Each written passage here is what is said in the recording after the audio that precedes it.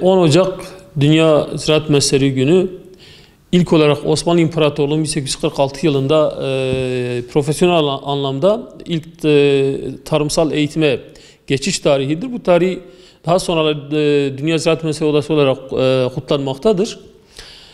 Ziraat Mühendisi kimdir? Ziraat Mühendisi tarımsal üretimde, tarımsal inovasyonun, gıda güvenliğinin, çevre korumanın, toprağın, yani bildiğiniz bütün çevresel konuların sürdürülebilir bir şekilde, yönetilebilir bir şekilde profesyonel anlamda işlemesidir ziraat mühendisi.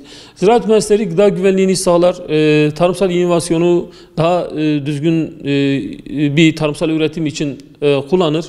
Ziraat mühendisleri tarımsal sorunların bitirilmesi için, tarımsal sorunların çözülmesi için sürekli sahada olan, üretime katkı sunan, kaynakların daha sürdürülebilir, daha iyi yönetilebilir şekilde kullanmaya yardımcı olmaktadır. Bilindiği gibi Türkiye her ne kadar Osmanlı döneminden beri, 1846 yılından beri tarımsal eğitime geçiş yapmış olsa bile maalesef hala günümüze kadar tarımsal sorunlarını, altyapı sorunlarını çözememiştir. Hala biz girdilerde elde ettiğimiz üretime göre daha pahalı girdi kullanıyoruz.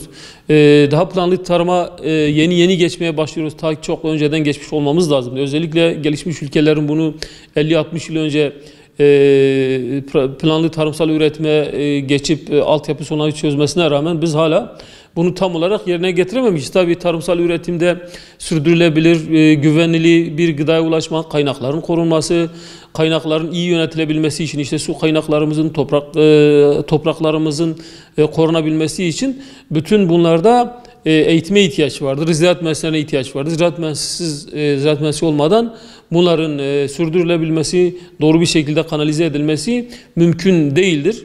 İşte bu şekilde 10 Ocak Dünya Ziraat Mühendisleri Odası bu anlamda önem arz etmektedir. Ziraat Mühendisleri bu konuda bugün de özellikle 10 Ocak Dünya Ziraat Mühendisleri Günü'nde bu konularla ilgili konferanslar, eğitimler, çalıştaylar yapmaktadır.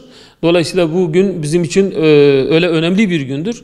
Bu vesileyle 10 Ocak Dünya Ziraat Mühendisleri Odası'nı bütün camiamıza kutlu olsun, hayırlı olsun, bereketli olsun diyorum. Aynı zamanda 10 Ocak Dünya Gazeteciler Günü, özgür basının günü.